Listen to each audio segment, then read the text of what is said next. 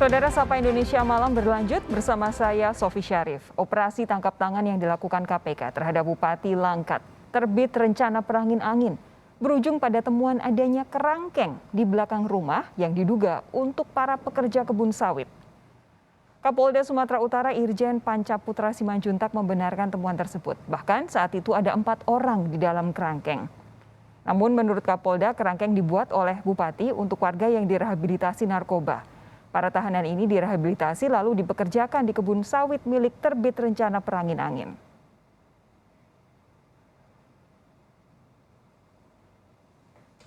Kenapa ada kerangkeng? Dan ternyata dari hasil pendalaman kita, memang itu adalah tempat rehabilitasi yang dibuat oleh yang bersangkutan secara pribadi dan sudah berlangsung selama 10 tahun. 10 tahun.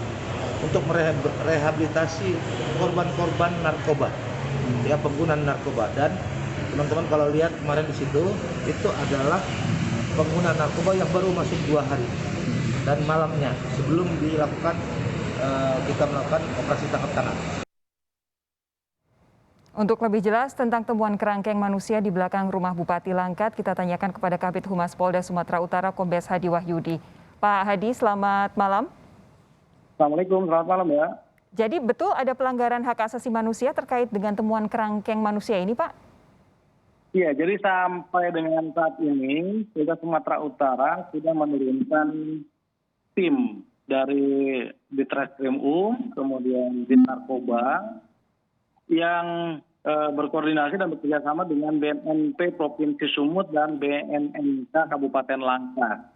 Jadi temuan yang kami dapatkan di lapangan bahwa betul ada tempat yang menyerupai seperti penjara, ada jeruji dan lain sebagainya.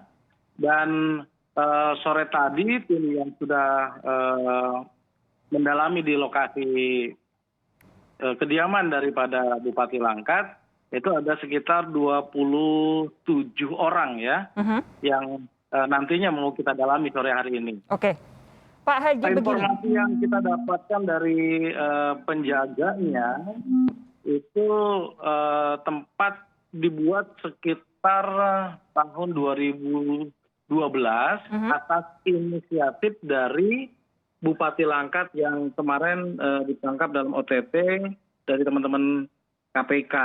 Oke. Nah, itu dijadikan sebagai tempat rehabilitasi bagi para pecandu narkoba dan anak-anak kenakalan remaja yang dititipkan oleh orang tuanya dengan membuat surat pernyataan dan lain sebagainya. Kemudian tahun 2017 teman-teman dari BNK Kabupaten Langkat itu sudah melakukan penyelidikan ya terkait dengan adanya laporan masyarakat dan lain sebagainya. Dan pernah disampaikan kalau memang itu menjadi tempat rehabilitasi sekiranya diberikan atau dibuatkan izin resmi. Nah, itu dan dia. lain sebagainya. Tetapi sampai dengan saat kemarin dilakukan OTT KPK, kita dalami ternyata tidak memiliki izin itu. Pak Hadi begini, Migrant Care ini mendapatkan laporan dari masyarakat dan kemudian sudah melaporkan ini kepada Komnas HAM bahwa mereka menerima laporan dari masyarakat terkait dugaan praktik perbudakan modern terhadap puluhan pekerja sawit di rumah Bupati Langkat Sumatera Utara ini. Ini yang kemudian dimasukkan ke dalam kerangkeng. Disebutkan bahwa di lahan belakang rumah Bupati ini ditemukan ada kerangkeng manusia yang dijadikan kerangkeng untuk para pekerja sawit di ladangnya. Ada 2 sel di dalam rumah Bupati yang digunakan untuk memenjarakan sampai dengan 40 orang pekerja setelah mereka bekerja. Para pekerja dipekerjakan di kebun kelapa sawit, sering menerima penyiksaan, dipukuli sampai lebam-lebam dan sebagian mengalami luka. Para pekerja tersebut dipekerjakan di kebun kelapa sawit selama 10 jam. Dari jam 8 pagi sampai dengan jam 6 sore, setelah selesai dimasukkan ke kerangkeng atau sel dan tidak punya akses kemana-mana. Setiap hari hanya diberi makan 2 kali sehari, lalu selama ini bekerja tidak menerima gaji. Ini sudah dilaporkan kepada Komnas HAM. Apa tanggapan dari kepolisian, Pak Hadi? Terkait dengan tempat penampungannya, betul bahwa menyerupai penjara, ada jeruji besinya, kemudian tempat balai-balai yang ada di dalamnya, ukurannya itu dalam satu blok, ada 2 blok, itu 6 kali 6 meter, ada 2 blok. Terkait dengan jumlah isinya yang sore hari ini bisa kami dalami, tim yang berada di sana itu ada 27 orang. Nah, pendalaman ini yang akan kita lakukan terhadap 27 orang, termasuk juga dari beberapa orang tua yang katanya memberikan surat pernyataan menitipkan anak-anaknya yang terdampak narkoba. Ini yang akan terus kita dalami dan kita gali.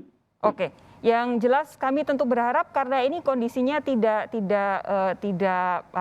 lazim, tidak manusiawi begitu, sehingga kalaupun alasannya adalah untuk rehabilitasi harus ditelisik lebih lanjut, kenapa kok rehabilitasi seperti ini dan tidak berizin, begitu ya Pak Hadi ya?